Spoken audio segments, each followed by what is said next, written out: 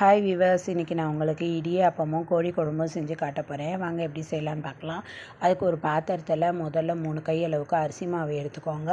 அந்த அரிசி மாவை நான் வந்து புழுங்கல் அரிசி மாவு எடுத்திருக்கேன். பச்சை அரிசி மாவு கூட நீங்கள் யூஸ் பண்ணிக்கலாம்.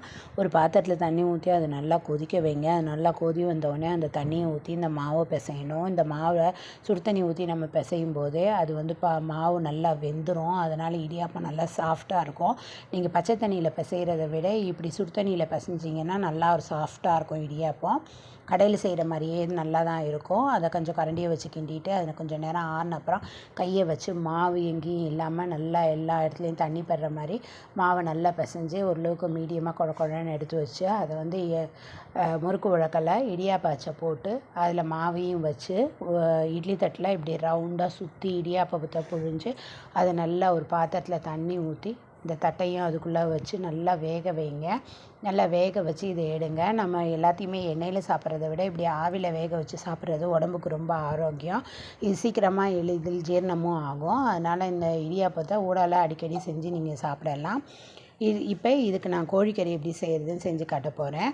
ஒரு பாத்திரத்தில் எண்ணெயை ஊற்றிக்கோங்க. ஊற்றிட்டு அதில் சின்ன வெங்காயத்தை பொடியாக நறுக்கி போட்டுக்கோங்க. போட்டு அது நல்லா முருகிறதுக்குள்ளே நம்ம அங்கே வந்து தக்காளி அரைச்சிடலாம். அதுக்கு ஒரு ஜாரில் தக்காளி பொடியாக நறுக்கி போட்டுக்கோங்க. போட்டுட்டு அது கூடவே ஒரு பெரிய துண்டுக்கு இஞ்சியை தோலை நல்லா சீவிட்டு அதையும் நறுக்கி போட்டுக்கோங்க. 2 பூண்டு எடுத்து அதில் இருக்க பல்லில் இருக்க எல்லா தோலையும் உரித்து அதையும் போட்டுக்கோங்க. போட்டுட்டு அது கூடவே 2 பட்டை துண்டு போடுங்க. ஒரு 5-6 கிராம்பு போடுங்க. பெருஞ்சீரகம் ஒரு 1/2 ஸ்பூன் போடுங்க. போட்டு எல்லாத்தையும் நல்லா அரைச்சி எடுத்து வச்சுக்கோங்க. இங்கே எண்ணெயில் வெங்காயம் நல்லா முருகினதுக்கப்புறம் கோழிக்கறியை நல்லா சுத்தம் பண்ணி நல்லா 2-3 தண்ணி ஊற்றி நல்லா அதை அலசிட்டு அதையும் இந்த வெங்காயத்தோடு போட்டு நல்லா வதக்குங்க. அந்த எண்ணெயிலேயே இந்த கோழிக்கறி நல்லா வேகணும். அப்படின்னா தான் அது நல்லா இருக்கும். இதுனா நம்ம குக்கர் விசில் கூட போட வேண்டியதில்லை. அப்படியே மூடி வச்சு லேசாக சமையல் பண்ணி எடுத்துடலாம். அதனால் நல்லா எண்ணெயில் வேகட்டும். நல்லா எண்ணெயில் வெந்து அது கலர் நல்லா மாறி வர்ற வரைக்கும் அதை நல்லா வேக விடுங்க. நல்லா 2-3 தடவை பரட்டி விட்டிங்கனாலே சரியா அது கலர் மாறுறது நல்லா தெரியும். கலர் மாறிடுச்சுனாலே ஓரளவு வேக ஆரம்பிச்சிச்சுன்னு அர்த்தம். அது நல்லா வேகட்டும். கொஞ்சம் மூடி போட்டனாலும் மூடி வச்சு நீங்கள் அதை கிண்டி நல்லா அதை வேக வச்சு எடுத்து வச்சுக்கோங்க. நான் சாதாரணமாக தான் போடுறேன். நீங்கள் மூடி போட்டனாலும் மூடி வச்சு வேக வச்சு எடுத்துக்கலாம். அது கூடவே கொஞ்சம் மஞ்சப்பொடியை போடுங்க. போட்டுட்டு அதையும் நல்லா வதக்குங்க. அது நல்லா வதங்கிட்டு இருக்கும்போதே அதில் நம்ம ஏற்கனவே அரைச்சி வச்சு அந்த தக்காளி, இஞ்சி, பூண்டு, பட்டை, கிராம்பு விழுதையும் அதிலேயே கொட்டி அதையும் நல்லா வதக்குங்க. அதுவும் நல்லா வதங்கட்டும். அது நல்லா வதங்கி அது ரெடி ஆகிறதுக்குள்ளேயே அதில் வந்து நம்ம மசாலா எல்லாமே போடணும்.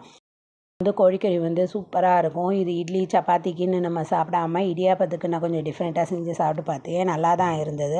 நீங்களும் வேணால் அது செஞ்சு எப்படி இருக்குதுன்னு சாப்பிட்டு பாருங்கள். அதுக்கப்புறம் அதில் தேவையான அளவுக்கு மிளகாப்பொடி போட்டுக்கோங்க. நான் ஒரு 3 ஸ்பூன் அளவுக்கு மிளகாப்பொடி போடுறேன். காரம் நல்லா போட்டிங்கன்னா தான் கறி குழம்பே நல்லாயிருக்கும். காரம் கம்மியாக போட்டிங்கன்னா நல்லா இருக்காது.